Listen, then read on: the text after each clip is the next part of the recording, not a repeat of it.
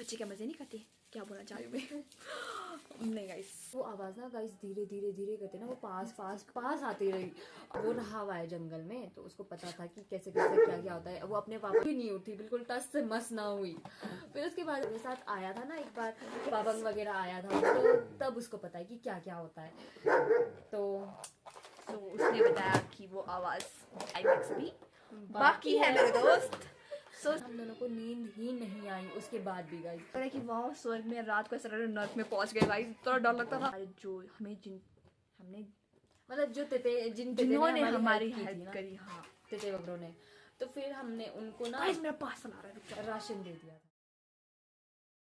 So guys हम लोग फिर शाम तक वापस आ गए थे। फिर हम लोगों ने अपना सारा काम किया। खाना बनाने वाले खाना बनाने लग गए, लकड़ी इकट्ठे करने वाले लकड़ी इकट्ठे करने लग गए।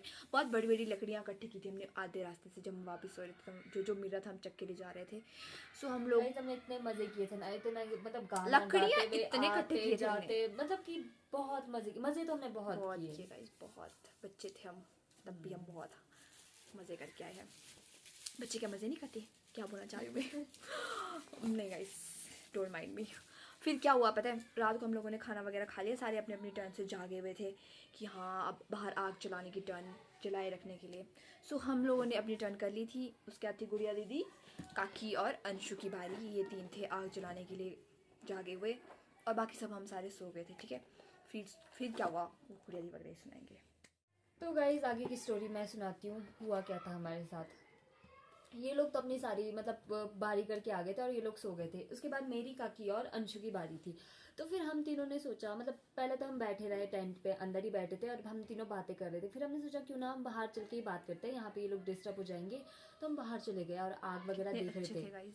फिर उसके बाद हम ऐसे ही थे। फिर ना थोड़ी देर में ना हमें को आवाज़ सुनाई दी, मतलब ना कुछ अजीब सी आवाज़ सुनाई दी। और ना हम उस आवाज़ को अच्छे से सुन रहे थे कि हो क्या रहा है। हमने सोचा शायद कुछ चिड़िया वगैरह होगी। और उस टाइम गाइस पता है 2-2:30 बजे थे। और सोचो आप, फिर मैंने अंशु को बोला कि अंशु जा करके इनको उठा दे, अगर कभी जानवर कुछ होगा तो हम ना मतलब आग वगैरह उठा देंगे, तो हम ना मतलब उसको डराएंगे ऐसे ऐसे। और अंशु को हमने भेजा और काकी और मैं बैठे रहे। और वो आवाज़ ना गाइस धीरे धीरे धीरे करते ना वो पास पास पास आती रही। और उसके बाद ना हमारे को और ज़्यादा डर लगा। फिर मैंने बोला काकी को, और अंशु आई। अंशु बोलती है दीदी कोई भी नहीं उठ रहा है, कोई भी नहीं उठ रहा है। और उसके बाद गाइस पता है क्या हुआ, मतलब कि मैंने ना काकी को बोला कि काकी चल अंदर। काकी नहीं सुन रही थी। काकी बोलती दीदी मत डरो कुछ नहीं होता है। गाइस मैं तो बहुत डरपोक।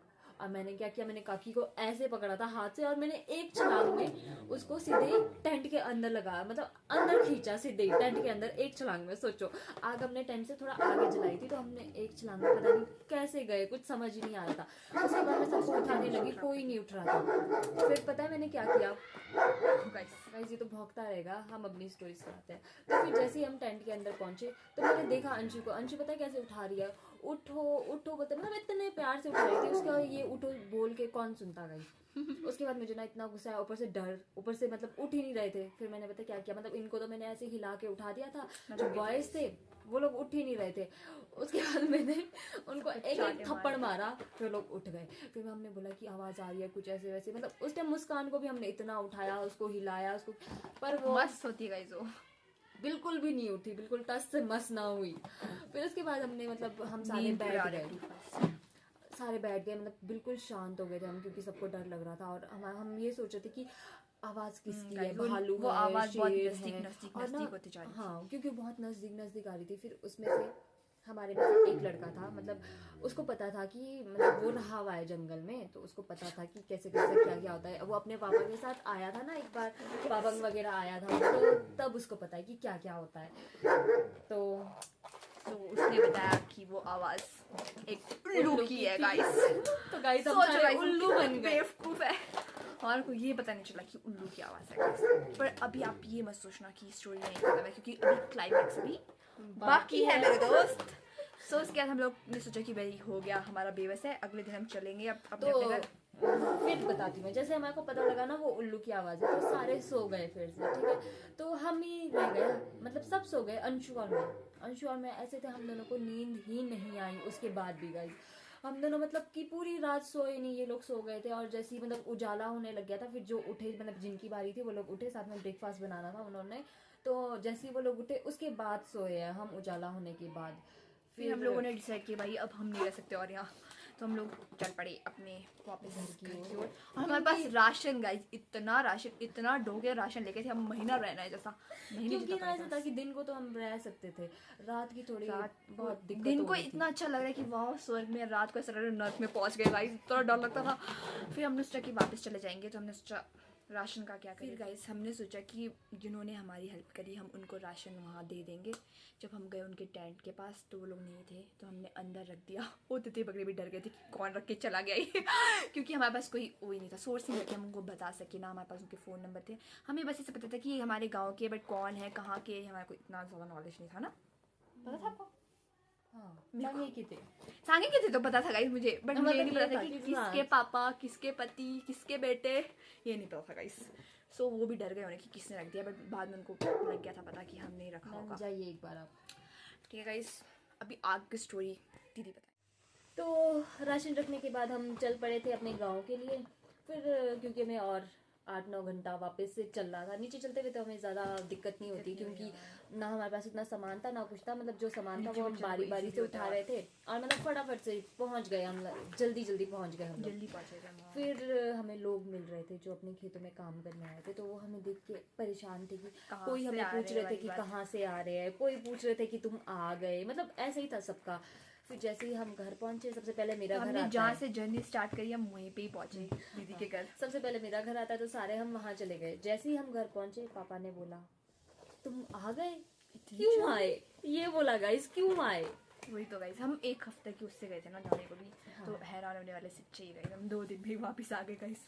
फिर उसके बाद हमने वहाँ पे खाना वगैरह खाया, फिर थोड़ी देर रेस्ट किया, मतलब अपनी बातें सुनाई थोड़ी सी, और सारे फिर अपने अपने घर चले गए। ठीक है गाइस, फिर घर जाएंगे। अब मुझे मेरे घर वालों ने ऐसे बोला कि मतलब जब मैं जा रही तो मेरे घर वाले से बोले कि तुम तो मोटी हो के आई हो। 2 दिन में कौन मोटी होता है गाइस, मेरे घर वाले भी ना। फिर वो मैं सूझ गई थी, और उस टाइम ना मतलब चल चुल के हम थोड़े गोरे गोरे जैसे भी लग रहे थे, तो घर वाले से कि गोरे गोरे होके आए हैं, बट वो एक्चुअली वो रियलिटी नहीं थी गाइस। हम थोड़ी देर सोने का जब हम उठे तो हमारे घर वाले हमें देख के डर गए कि कौन गोरीला आ गया हमारे घर मेरे घर वाले तो बहुत डर गए थे क्योंकि गाइस मतलब इतनी टैनिंग हो गई थी ना, मतलब ऐसा था कि सबके मुंह के छिलके 2 दिन में गाइस, हाथ फट गए थे, यहाँ से सबका छिलका निकल रहा था, मतलब कि अजीब सी हो गए थे हम। और अब बारी है उस क्लाइमेक्स की। सो हमने अपने घर वालों को ये सारी चीज़ें बताई कि हाँ भाई रात को हम कैसे कैसे डरे, वो वाला वो हमें ऐसी ऐसी आवाज़ वगैरह आई, बट बाद में वो उल्लू की थी। तो हमारे घर वालों ने बोला कि नहीं, तुम्हें उल्लू की आवाज़ नहीं आई, वो आवाज़ थी एक आत्मा की। गाइस अच्छे से बताती हूँ, एक्चुअली ना हमारे गांव में किसी की डेथ हुई थी उसी दिन, जिस दिन हमें वो आवाज़ आई और हमें जिस दिन हम डरे थे। और जो हमने उल्लू की सोची थी गाइस, वो उल्लू की नहीं थी, वो किसी आदमी की थी, मरे हुए आदमी की। गाइस वैसे तो मतलब पूरा नहीं पता है, पर बोलते कि शायद उन्होंने हमें डराया होगा, मतलब जिस दिन बट हम उन पे पूरा ब्लेम नहीं लगा सकते गाइस, वो हमें परेशान ना करेंगे क्योंकि जिस दिन हमें डराया था उस दिन हमारे गांव में एक अंकल की डेथ हो गई थी। तो फिर हमारे वहाँ पे ऐसा होता है कि मतलब बोलते हमारी हैं मान्यता है ऐसी कि मरने के बाद उसी रास्ते पाबंग होते हुए आत्माएं जाती है, वहाँ से दूसरे आफ्टर लाइफ में एंटर करती है, तो वहाँ से जाती है उसी रास्ते से। और हमारा टेंट था रास्ते में ही, बीच रास्ते में गाइस। तो उससे पहले भी किस्से हुए, क्योंकि लोगों को ना वहाँ से चलते हुए मतलब थकने की आवाज़ आई है, ज़्यादातर वहाँ पे फाल वगैरह जो रहते हैं ना उनको आती है गाइस ज़्यादा आवाज़, क्योंकि ऐसा होता है ना कि वहाँ पे थकते हैं, जैसे रुकते हैं ना तो सांस वगैरह फूलती है, ऐसे आवाज़ें आ जाती है वहाँ पे। तो फिर हमारे साथ भी वो हुआ, हमारे को पता नहीं था, तो हमने सोचा उल्लू है, बट वो उल्लू नहीं था गाइस। इतना ज़्यादा फनी स्टोरी भी नहीं था, बट आई होप कि आप लोग को एंजॉय करेंगे, अच्छी लगी होगी हमारी ये स्टोरी। लाइक करो, शेयर करो और सब्सक्राइब भी ज़रूर करो। सब्सक्राइबर 1K तक पहुँचाओ गाइस बाकी गाइस हम दूसरी स्टोरी लाएंगे 1K जब आएगा, इससे भी भयानक। ओके गाइस, मैं ही मिलूंगी आपको उस टाइम भी। ठीक है गाइस, हुआ तो इनके साथ था, बट मैं भी मिलूंगी गाइस। बाय। ओके बाय, मिलते हैं दूसरे ब्लॉग पे।